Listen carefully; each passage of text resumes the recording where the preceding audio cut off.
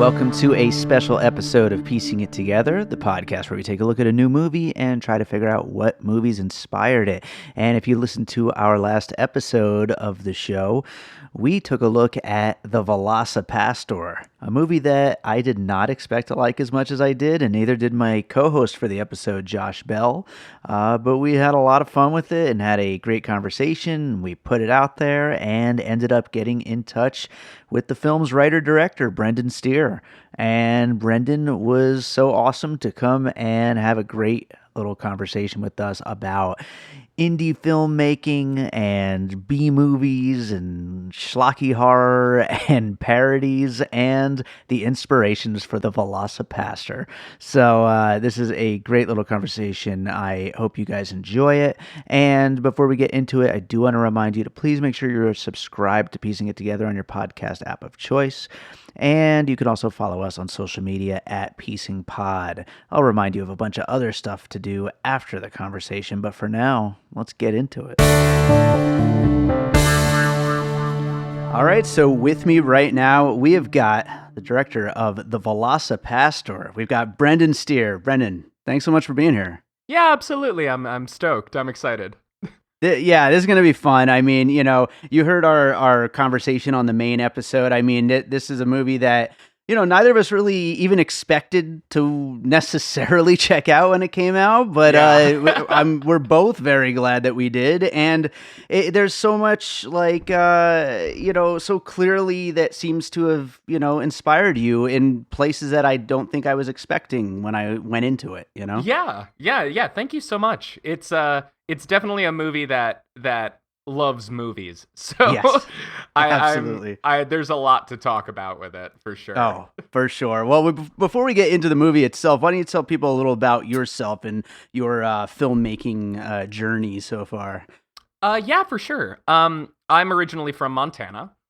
I did a lot of my growing up in Pennsylvania.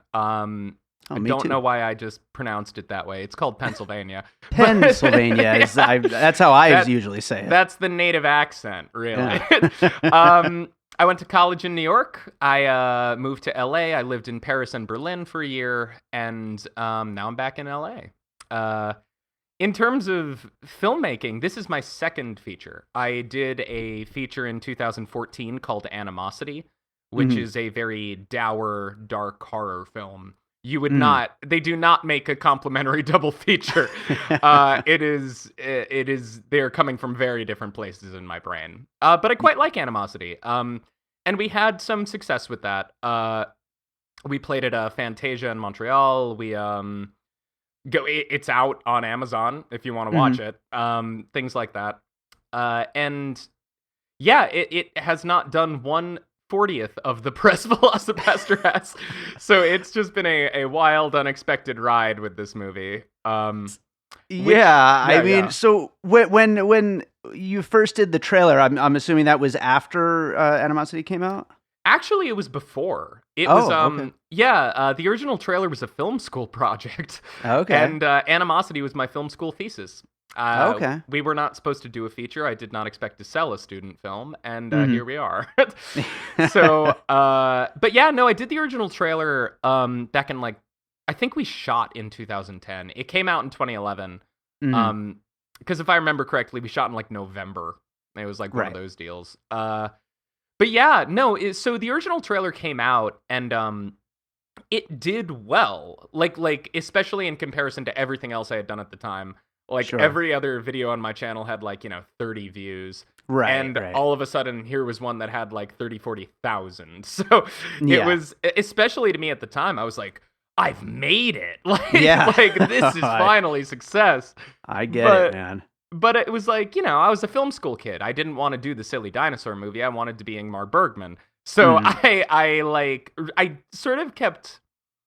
I knew there was an audience for the short film, and I was proud of it. And we tried to kickstart it once or twice, and it didn't work. So I wanted to focus on more serious movies. I made a more serious movie, and then after that, it was a couple of years of kind of angsting over what movie 2 would be, because I knew in my heart I really wanted to make the VelociPastor, and it was a bit of a struggle to like get myself there and sort of accept that movies can just be fun. Like brightening somebody's day is reason enough for a movie to exist. It doesn't need to have this crazy obtuse metaphor attached to it.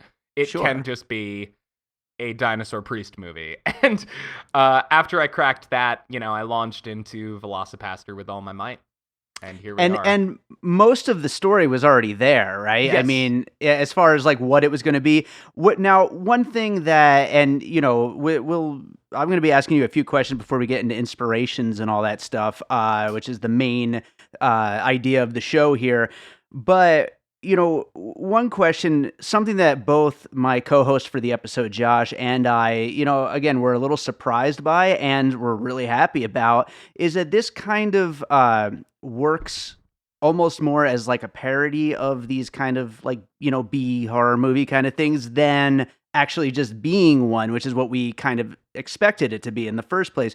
Was that like the intention going in when doing the trailer? Were you like let's skewer these kind of like B horror movie things, or were you just like trying to play into the schlock? Like what was it?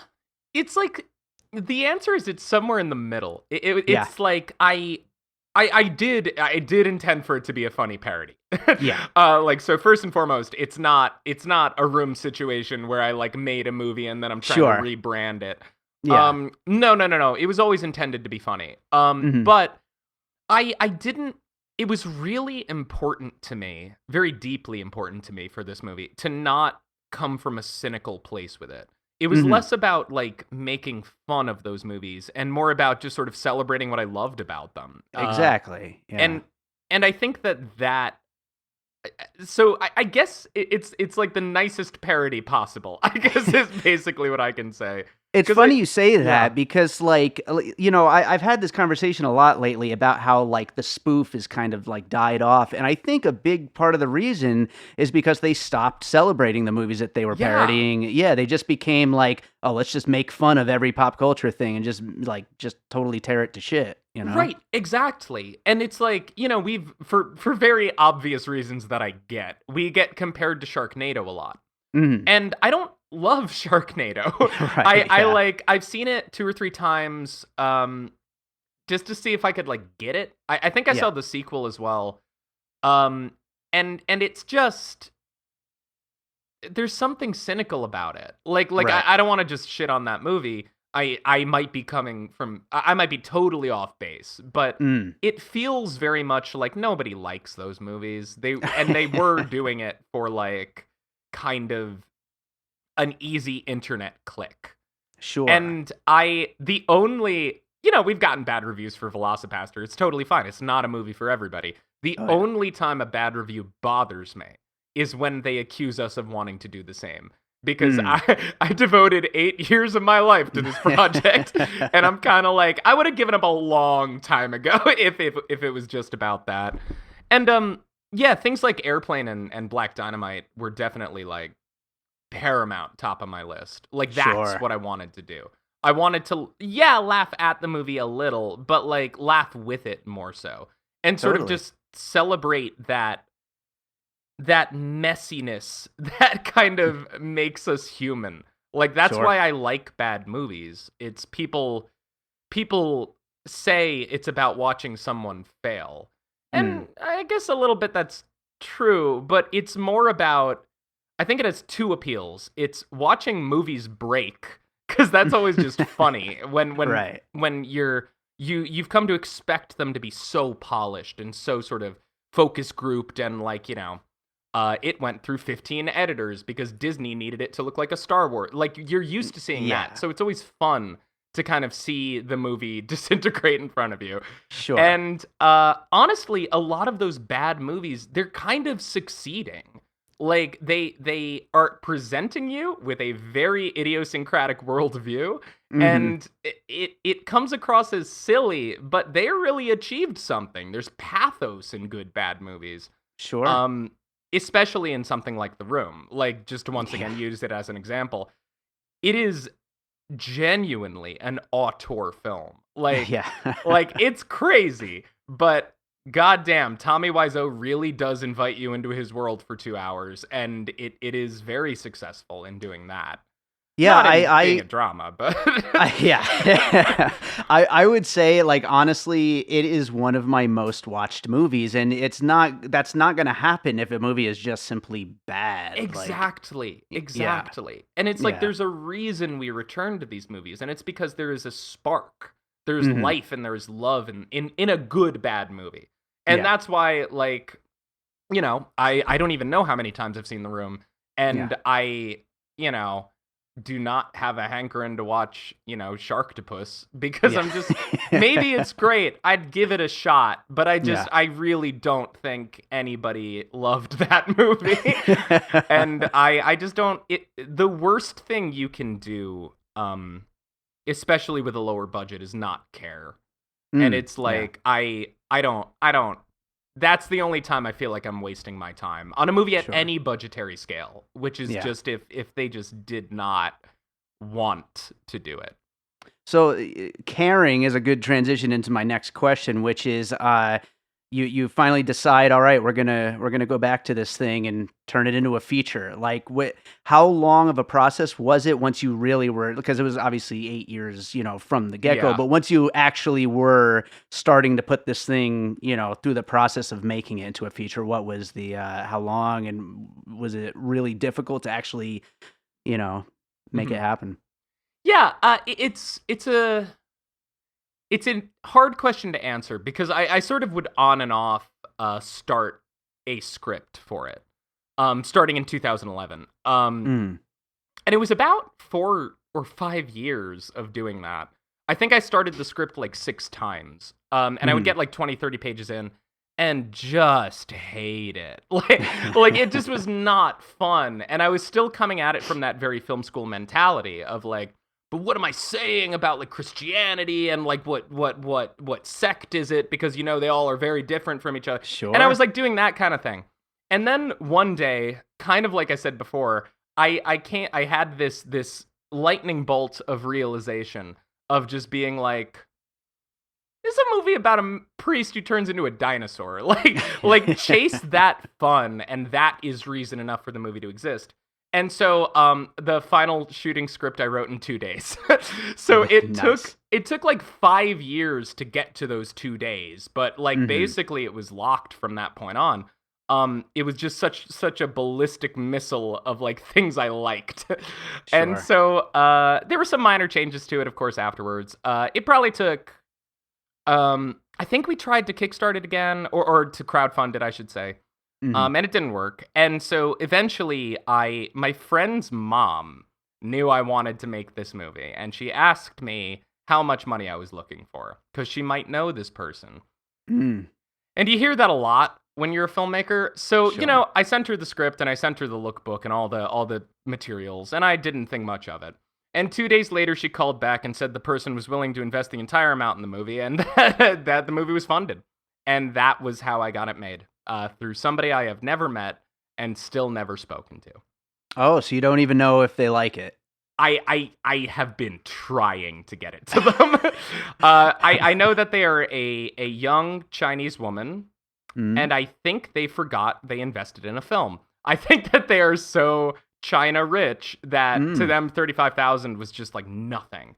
Because I need to go find one of those right now. She lives in Berlin. I can tell you that from her Instagram, and that is all. That is the only interaction I've ever had with her.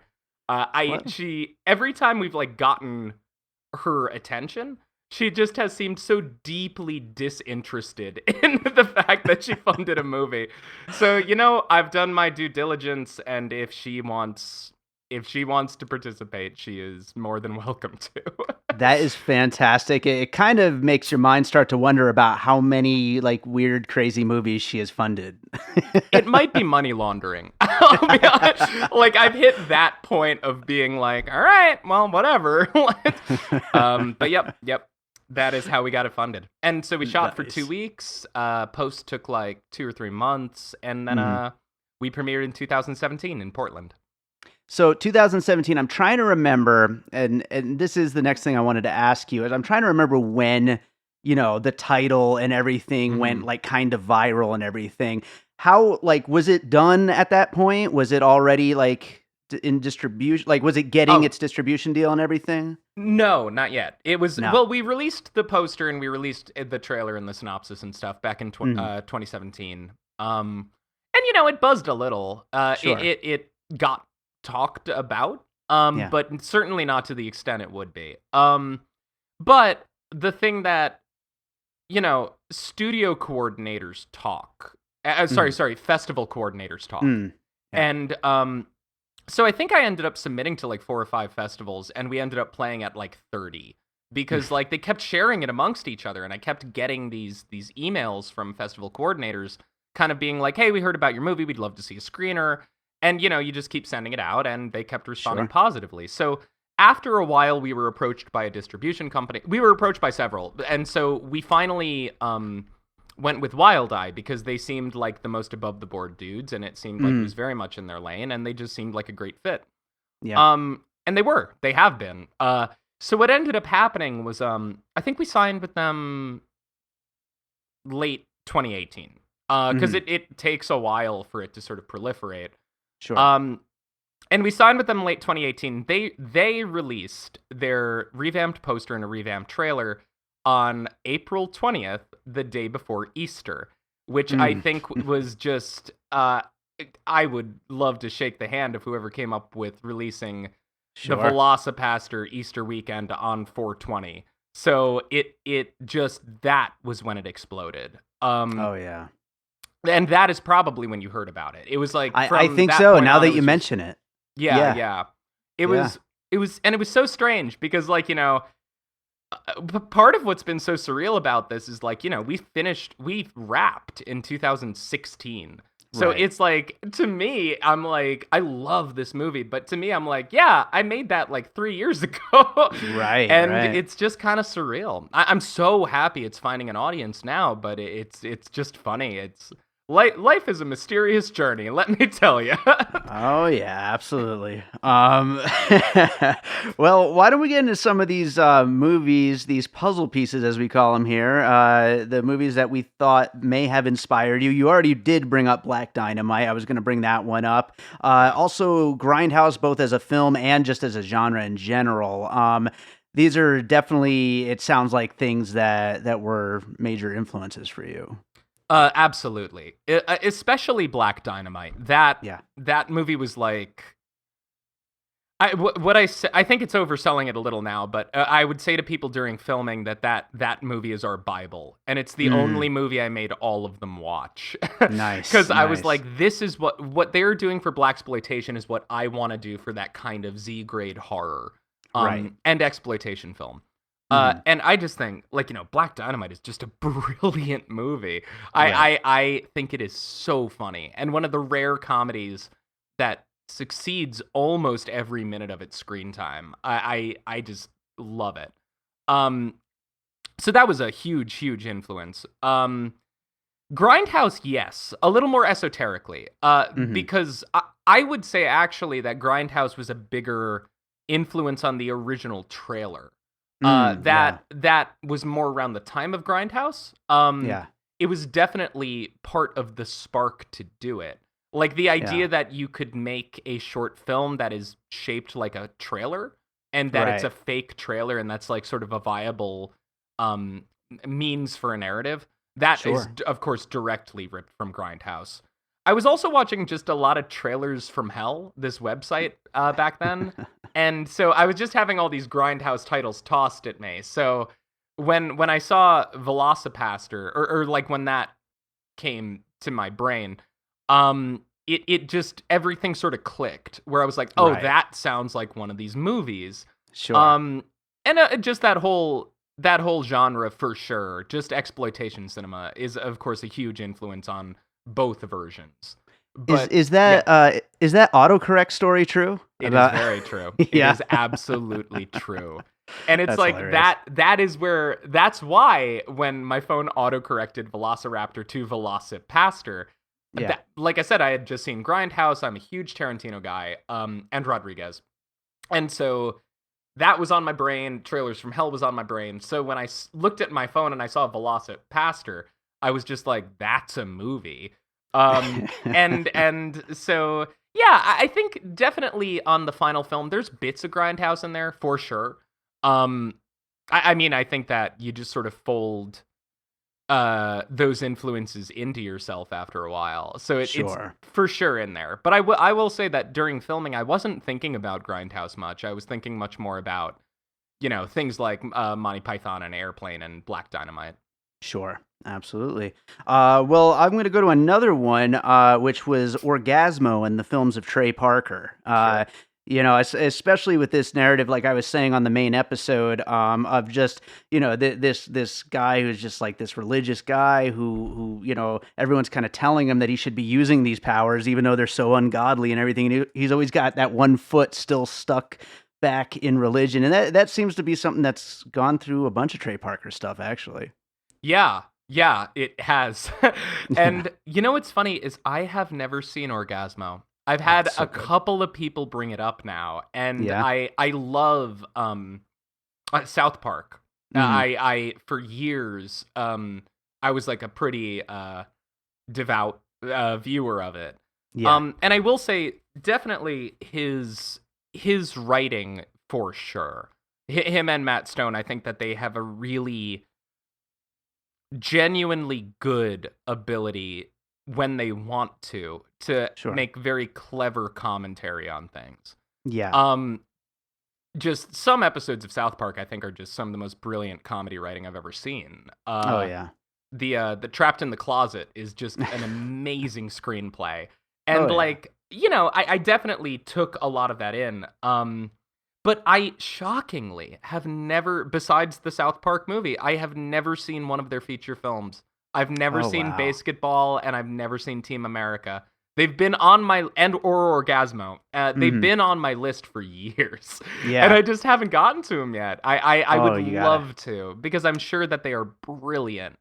Also, the Book of Mormon musical, which is incredible as well. I'm sure I would love it. Yeah. And it's one of those things where I'm just like, I don't have an excuse. I just haven't seen it yet. I know that feeling. Yeah, but it is funny because definitely things like that are definitely influences. Just not that one in specific, I would say. Sure. A lot of Orgasmo adjacent stuff. Absolutely. Well, yeah, and then of course we kind of spun off of that into the Trauma films, which that kind of brings another level of kind of. At the same time as being adjacent to Trey Parker, it's adjacent to the So Bad It's Good B-movie horror type things, Yeah, absolutely. And I definitely, it's funny, there are very few Trauma films I really adore, but I admire their ethos. Like I really have respect for that sort of scrappy DIY, make your own damn movie kind of mentality. That was why I also gravitated towards Rodriguez when I was, first starting out being interested in film, because that sort of demystification of what it's like to make a movie and what you need to make a movie, I found very appealing. Right. And so both Kaufman and Rodriguez have that in them, and they're not always good, but they always swing.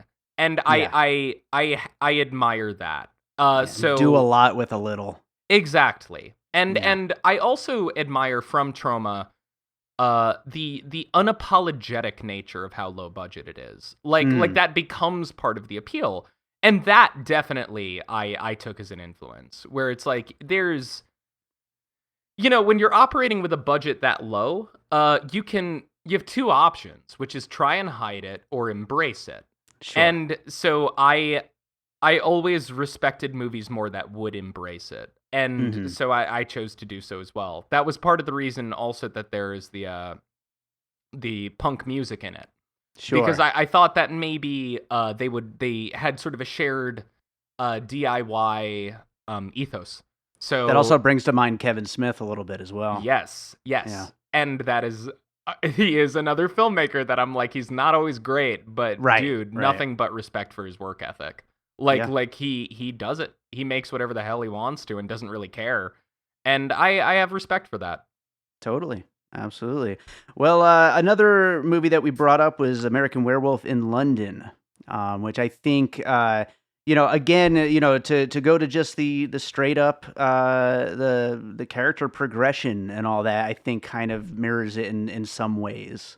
Yeah, that one I agree with. I love American Werewolf in London, and it was definitely the humor too. The fact that Landis blends a lot of humor into it.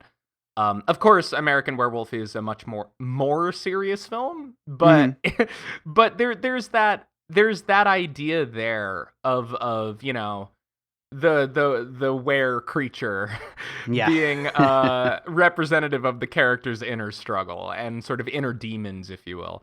And yeah, definitely. All sort of werewolf narratives. It's like I love the Wolfman too. The both versions, to be dead honest with you. All right. I actually like Joe Johnston as a director, and I was in for the 2010 version. But the Universal, the 40s one in particular, is, of course, another big influence. Also, because it's a bit goofy. So I wanted to, that one, maybe even more so than American Werewolf or the Joe Johnston Wolfman, the original 40s one with Lon Chaney Jr. Because it has that sort of, serious, we're taking this stuff serious. And it's just so, Lon Chaney sucks. And it's just so funny to see him trying to emote and really act this stuff out. Yeah. And he just can't. And it's wonderful. I also think that casting Claude Rains as his dad is one of the most baffling miscasts in the history of film. Lon Chaney Jr. stands 2 feet taller than Claude Rains does. They have different accents. I just got a lot of questions. And I wanted to, on a more meta level, I wanted people to sort of go through some of that process with VelociPastor. I wanted them to see the awkwardness and have questions about it.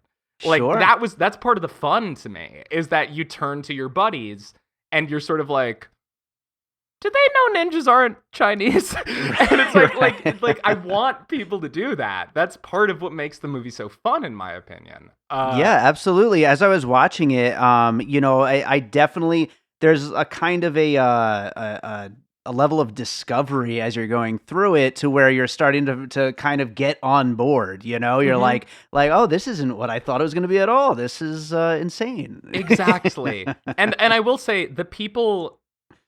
I'm very happy that the narrative surrounding VelociPastor so far, the consensus seems to be, oh shit, it's really good, and I'm very proud of that. The fact that it sort of is a surprise to people. I think that is just half the fun of it. And I am not a lot of filmmakers I know are sort of really stentorian about no, you gotta see it in a theater or something like that. They're very venue centric. I'm actually one of those myself, but alas, I had to watch it at home. So well, and I will say this. I just don't care as much. At the end of the day, I'm here to see a story. So I want to see it in the best way possible, but if the only way available to me is on my television, I'm going to watch it on my TV. I'm not going to wait 5 years to see it in 65 millimeter or something. Sure. But I will say, for VelociPastor, the only venue specific thing that I think is important is to watch it with people. In a theater, that's probably the best place you can do that. But even if you're at home, get your girlfriend, get your wife, get your buddies. It's that is the best way to see the film, because then you'll be interacting with it in the way that I want you to, because you'll be talking to the people next to you and kind of being like, what is happening? Yeah. And like that to me is half the fun. I think people can have a lot of fun watching it alone, but I think if they have the option to watch it with people, they should take it. Like make it a party night. Screw it. Why not? It's a movie to be enjoyed. I think that's absolutely right. 100%. And there's just so much like what the fuck as you're watching it that I mean you're all going to be interacting a lot. Like you're just not going to be able to help it. Yeah. And that to me is the beyond that, the sort of venue doesn't matter. Just be with people. And I think that is the way to say it. That is my official recommendation as writer, director, editor, and producer. I like it. Well, I'm going to ask you about one more that we had brought up, and then we'll see if you have any specifics that you want to mention. But, we already kind of touched on Sharktopus as well as Sharknado, and then also we had mentioned Snakes on a Plane as well. But again, just kind of going back to those movies, where there's like a title first and then a movie that comes next. More so than whether or not they inspired you, I was actually wondering, do you have any favorites per se? That's a really good question. I didn't hate Snakes on a Plane. I don't hate it. It's fine. Actually, one of the ones that, oh my God, the title just went away from me. Yeah, Birdemic. I think that Birdemic is worth it. That one is great. Actually terrific. And has that bad movie quality I really crave. And it's another one where I think they like retroactively tried to market it as a comedy. Sure. It's very obviously supposed to be like a creature feature. But it is just so funny. It has some of my favorite lines. The CGI is, of course, just the stuff of legend. And I think everybody in the movie does just the best they can. But it is funny because that Birdemic within itself is just a terrific case study of it. Because the first one rules. I love that first Birdemic. And the second one sucks. And I hate that second Birdemic.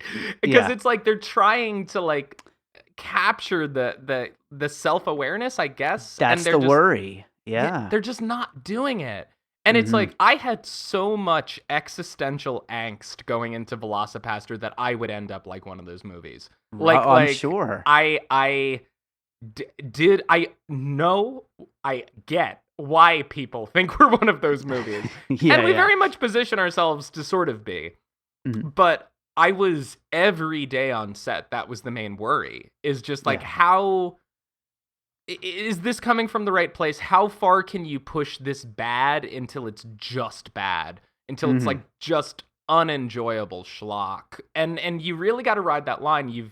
It's kind of a tonal balancing act, but in every aspect of it. Like in the directing, in the acting, in the editing, in the cinematography, in the production design.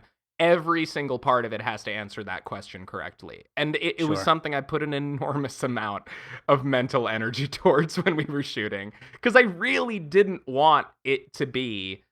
I really didn't want it to turn out like one of those movies. I think it would have really crushed me if it did. So, that... I will say that I think Birdemic is probably my favorite of those. And I will, of course, speak up if another one pops into my head. Sure. But that one is one that I actually own and return to. And that's more than I can say for a lot of the other ones. Yeah, right. Right on. Well, so I mean, speaking of, influential movies, is there anything, I mean, we kind of peppered in a few along the way. You mentioned Airplane, and like, are there any other movies that were like big inspirations for you while going through this project that we didn't bring up? Yes. There are 2 or 3 in particular that are like really essential, I think. And you guys did an amazing job getting the big ones. Right on. Probably the biggest one, and why would anybody think this? But probably the biggest influence besides Black Dynamite was this Japanese movie called House, or Hausu, from the late 1970s. Okay. And it is just one of the most endlessly inventive movies I have ever seen. It's in my top 5 movies of all time. And it what I wanted to take from it was this when you're watching Hausu, literally around every scene, it's like a new idea. It's just like tossing things at you constantly. It is hell bent on entertaining you, but not scaring you. Like, it's a horror movie ostensibly, but it just does not seem to care about that at all. Right. And I really identified with this sort of, both this excitement that comes from that kind of discovery and this sort of weird, occasionally uncomfortable blending of genres and at least blurring of genre lines. Sure. Like VelociPastor is sort of a horror comedy, right. But there's very little horror in there, really, outside of sort of the genre trappings. Yeah. And it's a comedy where we're going to have a very tender 4-minute sex scene that has no jokes. And like, it's that really appealed to me. That sort of, like I said, blending of genres and ideas. Cool. But primarily the sensation of constantly being surprised and on your back heel kind of thing. There are 2 anime that really inspired it. Okay. And they are Evangelion and Fooly Cooly, FLCL. FLCL more so. It's the 6-episode anime from like 1999, around there. And it is just a shot of adrenaline. It is one of the most kinetic pieces of media I've ever seen. And it's only 6 episodes long, so essentially it's a 2.5-hour movie. Right. And it is 2 things came from that. Which are the music. In all of Fooly Cooly, the director only used one alt-rock band. They're called The Pillows. And it just felt so vital and different and cool.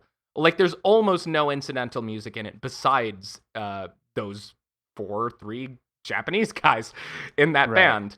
And I read an interview with the director where he said, you know, there's a lot of weird stuff in that series. People are using guitars as like guns, and it's got this alt rock score, and it's about like this alien and all this stuff. But it's also a really deep metaphor for sexual awakening. And I read this interview with the director where they were asking him, like, where did all the weird stuff come from? And he was like, oh, I just put in a lot of stuff I liked. Honestly, I figured that people would just get it. And that, especially when I was writing, that was a huge part of it for me, is that when it came time to pick the music for VelociPastor, I followed that philosophy where I was kind of like, I just love these songs and I'm just going to present them and people can love them or not love them. Sure. But this part of it is for me, kind of thing. And I hope that at the very least they'll connect with the intentionality of that. Sure. And the kineticism of FLCL is just like 25 minutes of that are like 4 episodes of any other show. And I wanted to replicate that, where it's like, I will say I succeeded better than I thought I would, because I have seen this film at a lot of festivals now, and like, you know, sometimes you step out, you have to go to the bathroom or something. I don't even know how many times I've seen VelociPastor. And I'll like step out to go to the bathroom or whatever, and when I come back, I have never had the thought of like, oh, we're still here. Like something else is happening. I'm always like, when did we get to Vietnam? I was gone for like 2 minutes.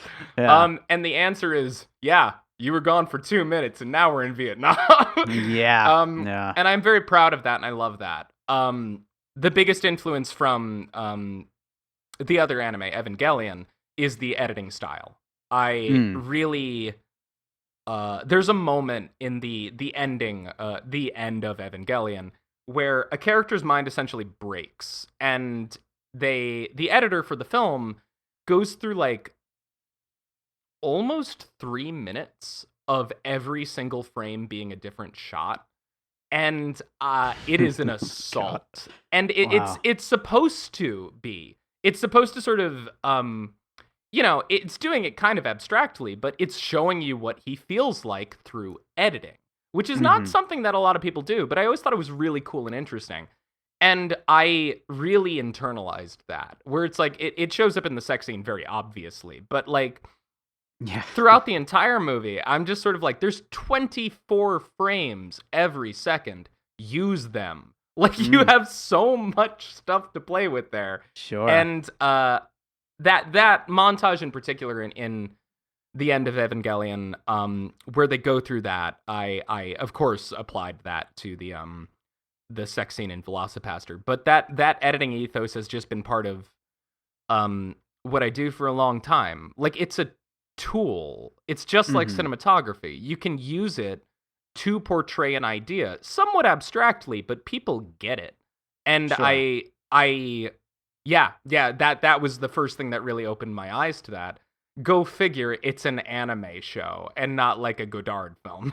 Right. But you know what? We get it. We get our inspiration from wherever it may knock. So exactly. It's just this big, smorgasbord of just all these different places that they come from. Yeah. And that was the last one. I knew there was one I was missing. Okay. It's Shaun of the Dead by Edgar Wright. Oh, and nice. And Scott, just all of Edgar Wright, really. Yeah. Like, he's one of my favorite working directors. One of the most talented filmmakers in the world, in my opinion. And I love the way he approaches comedy, where very rarely is it like crass or puerile or cruel, and very often is it just funny. And I really right. And of course, he also works in blending genres a whole bunch. He works on this whole sliding scale of serious versus humorous. And I think the way he navigates that is better than any other director I know. And since I knew I was going to be operating kind of in the same space, I mean, I was an early adopter of him. He's been a hero for years and years. So so everything by him, but I would say particularly Shaun of the Dead and Scott Pilgrim. I'm actually surprised that we didn't say that one right there. So yeah.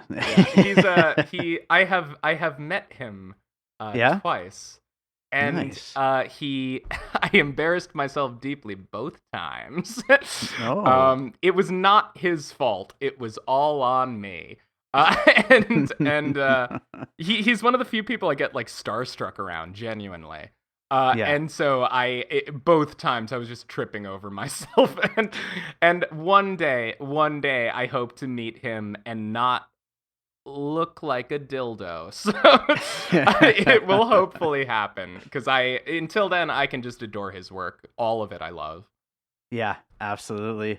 I hope you do get to have that good meeting with him sometime. Same though, for real. Yeah. So I think that about does it. I'm curious, what are you now? I mean, obviously you're doing a bunch of press and stuff for this. Now it's finally out there and people are receiving it pretty well. They are. What do you just keep doing this for a while, or do you have another project you're working on already? Yeah, I'm in the process of writing 2 different films. And well, because once again, like, the press is taking up a lot of my time and a lot of my energy, which is great. Like, honestly, I would never for 1 second complain about the attention this movie is getting. I am aware how freakishly lucky we are, and I am just very happy about that. But yeah, it takes up a lot of time and energy. So the writing hasn't been going as fast as I would have hoped. I don't know if one of those will be next. I have a couple, like 4 or 5 other feature scripts unproduced in my back pocket, with varying degrees of seriousness. I was just about to ask, are they like half serious, half let's ride this line for a little while? Kinda, yeah. There was So my co-writer and I wrote my favorite of them that is unproduced is this movie called Prom Hotel from Hell, which is just a blast. And it's like if for some reason I was given a blank check and they were like, you have a year to live, that is the movie I would make. Nice. I did music for a movie called Bus Party to Hell, and it was a lot of fun. I adore that script. And so that would be, in a perfect world, that would be the one I would want to chase next. Unfortunately, it's also the most expensive script. So we will see. I think that I might have to do another project or two in between before I can actually get the budget that I need to for that one. Sure. In terms of what I am going to chase next, I mean, honestly, at this point, the movie just came out. So I'm going to wait a little bit. I'm going to keep working on the scripts. I'm going to wait a little bit and honestly see what opportunities shake out. I think that hopefully this will open some doors for us. And we just got to see what's on the other side. So yeah. Hell yeah.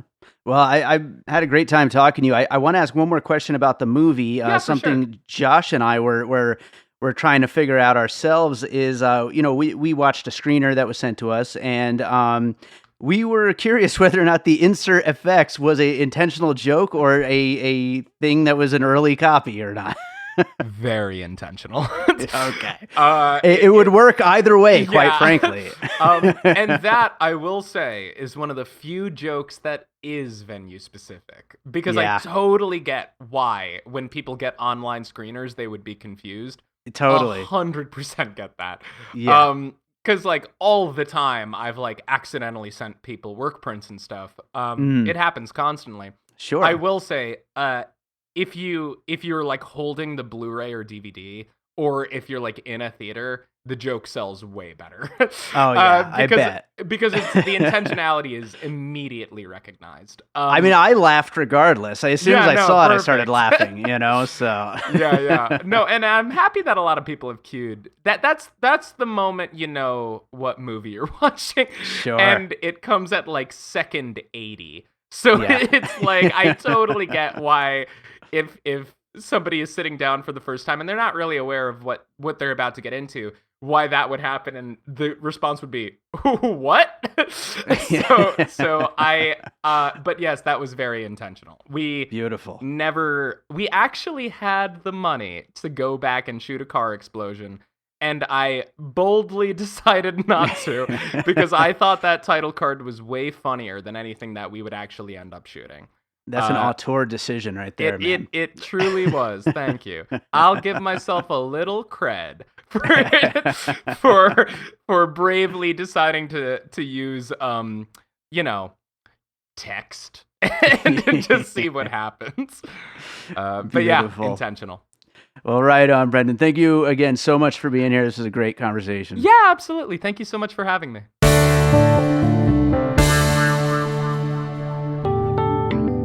Hey, I'm Josh Bell. I'm Jason Harris. Hey, Josh, we're friends in real life, but we're also co-hosts on this new podcast called Awesome Movie Year, where we take a look back at an awesome year for movies and do a deep dive looking at movies including the Best Picture winner, the biggest movie at the box office, future cult classics, and more. Including the biggest flop. And this season, we're doing 1994. You can find us wherever you get your podcasts. That could be Apple Podcasts, Stitcher, or Spotify. We're all over the web as well at Awesome Movie Year on all the socials and awesomemovieyear.com. So please like us, subscribe, and if you do like us, give us a 5-star rating because we love you.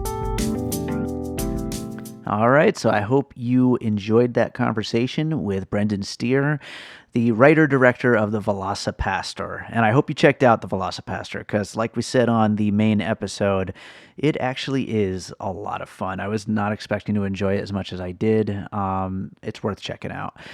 So that does it for this week. We got a whole bunch of piecing it together coming up. We actually had a couple of episodes recorded, but we wanted to get these VelociPastor episodes out because the movie had just come out.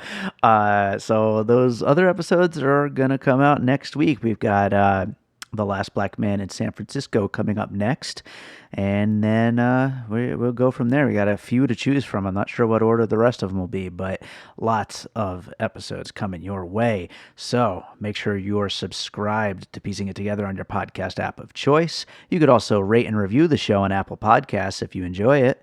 And you could follow us on social media at Piecing Pod. You can also join our Facebook group, Popcorn and Puzzle Pieces, where we continue the conversation about all these movies. And we do a bunch of contests in there too, so it's really a good idea to join the group and come join a bunch of cool people talking about movies. So that does it for today. Oh, you know what? One other thing before I leave you guys with a piece of music.